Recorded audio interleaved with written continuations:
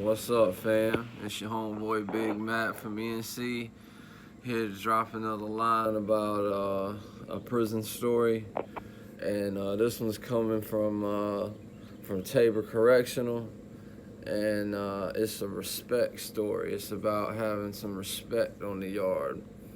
Now, there was about, in my block, I would say 5. There was 4 main. We had 4 main guys, but there was probably 12, 13 white boys in there. But there was 4 of us that pretty much, we dealt with the other gangs and stuff like that. If something were to come up, and we also made sure that our people were doing right and not fucking up and shit like that. And I was one of the 4 horsemen. I was the white horse, the pale horse, and we also had the other ones, and we called ourselves the 4 horsemen, the 4 horsemen of the round table. Which don't make no sense because there wasn't no horses at a round table, but all the tables were round, so that's what we called ourselves. Anyway. A situation was coming up, as I told y'all in a video before, at Tabor Correctional, a 1,700 man camp. There's only 300 some odd job positions available, including classes and jobs. There's only 300 and something. Everybody else is doing dead time. You know what I mean? It's just dragging by for them. So if you don't have something to do, your time's gonna drag. Nobody wants that. Everybody wants just something to do. You know what I mean? It helps time go by quick. So I was in this class called HRD, Human Resources Development. Now all they taught us, and I've explained this in other videos, is they teach you how to open up a bank account, how to write a check, how to fill out a loan, how to fill out a job application properly, stuff like that. Stuff that I already knew, but I mean, a lot of the guys didn't know and needed to know that shit. So, anyway, there was this other white dude in there. He wasn't one of the 4 of us, but he was, he was in my block, and he was a white dude in my block. Well, he just happened to be a Klan member, and he was from the mountains.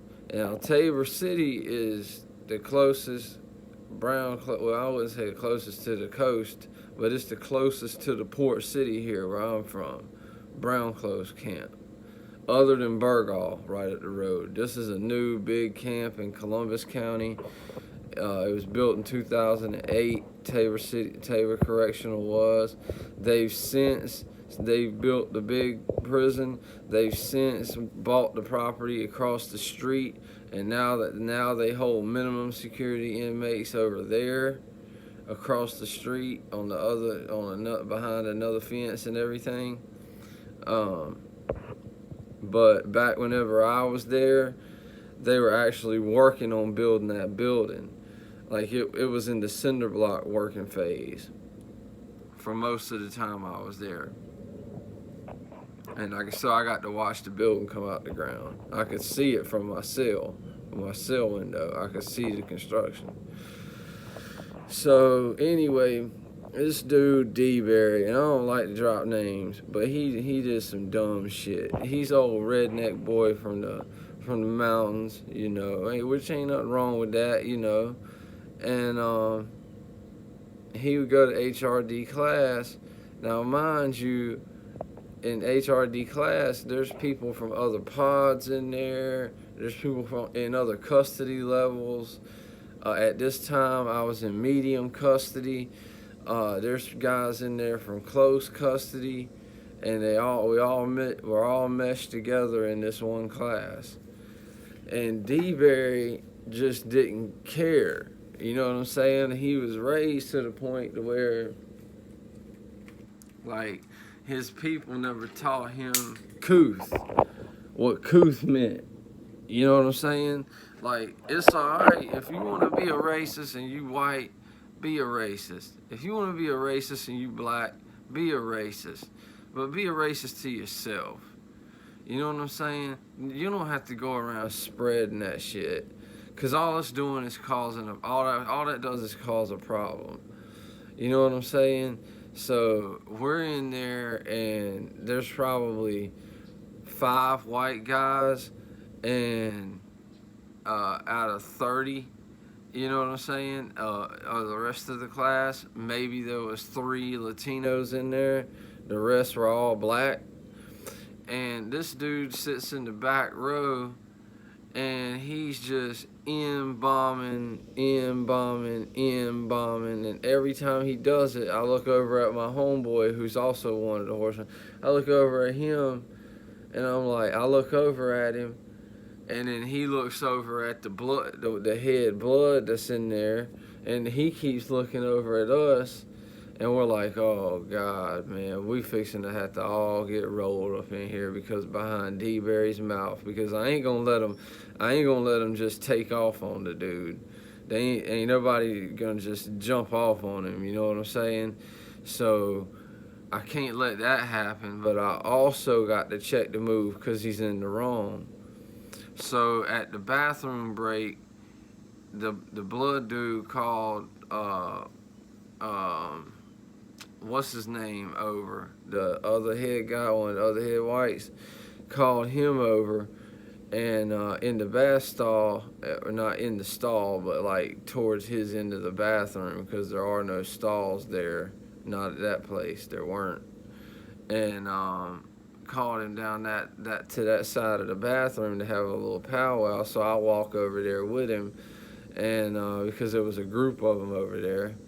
So I walk over there with him, and he's like, yo, your boy gonna stop saying that word, man, and we gonna do something about it. Now, normally, when somebody comes at me like that, trying to strong arm, trying to boss me or something like that, that pushes a button with me. And I'll push one right back with you. You know what I mean? And whatever happens will happen. And, but they were so deep. They were just way too deep. You know what I mean? It would have been like a 5-on-1. You know what I'm saying? Like, they were deep, dude.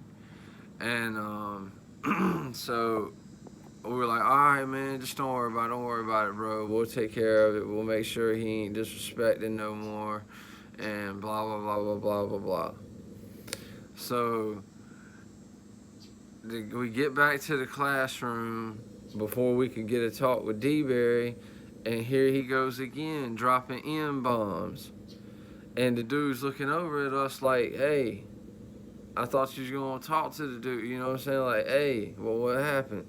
And we're like, and dude told him, because he was sitting right beside him, my other homeboy, friend of mine, said, you know, he was like, hey, man, I didn't have time to get to him before, you know, we had to come back in. So it'll be, you know, after class before we can have a little sit down with him.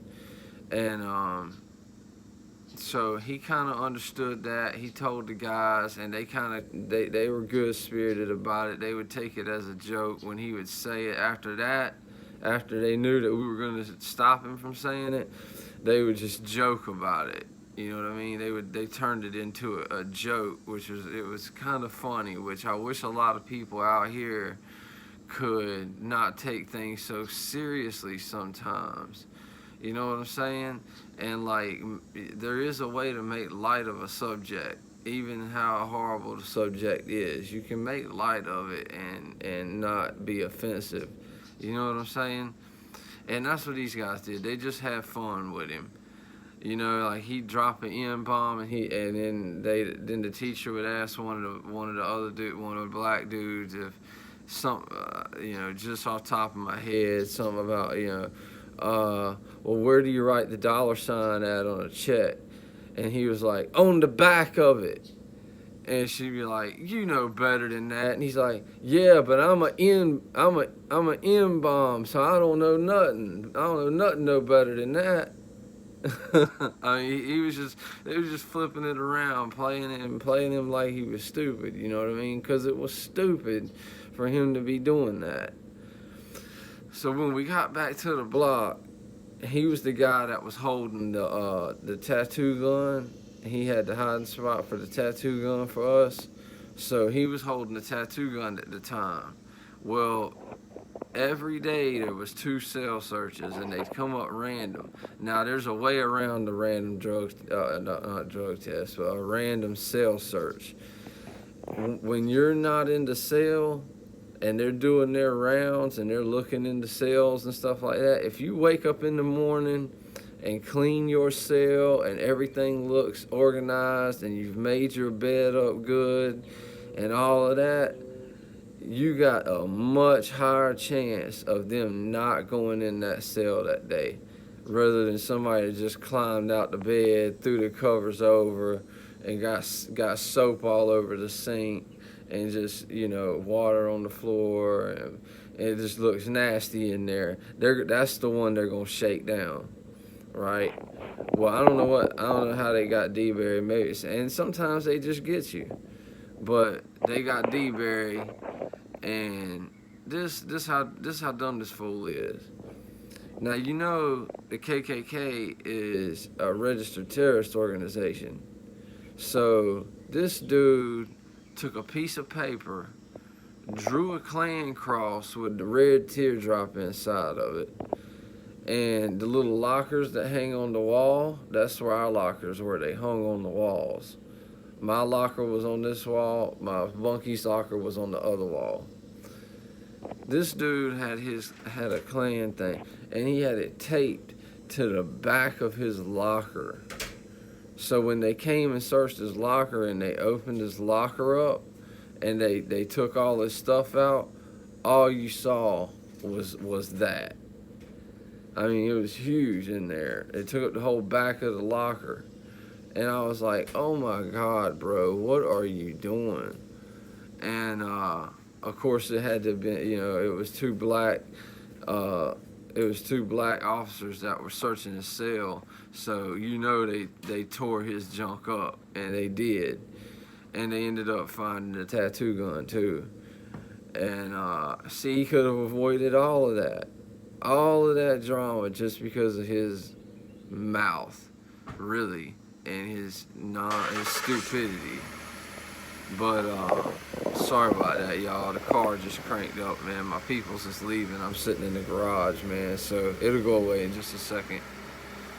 But so yeah, he has this big Klan cross with a teardrop inside his locker, taped to the back of his locker. And when they cell search you at Tabor City, they tell you to bring your chair with you. Everybody gets their own chair. Well, not everybody, but there's enough chairs for everybody. So he brought a chair with him, and his cellmate brought a chair with him. And what they do is they pat you down. Excuse me for a second.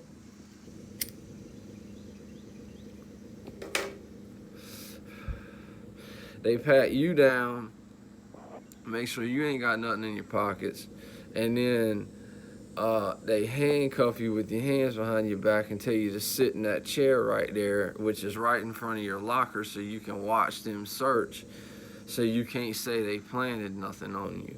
Now, the reason I heard that they actually even cuff you like that is because they found some weed in some dude's cell, and he was like, look, just put it back where you found it, and just act like it wasn't even there, and I'll look out for you. And the officer just wasn't having it. He just wasn't having the guys get down. So it's like what Pablo used to say, You either take the money or take the lead. You know what I'm saying? So the dude took the lead, and he ended up the CO ended up getting his ass beat, and there was 2 COs. The only thing the other CO done was push the panic button. Didn't even try to stop, and it was spraying.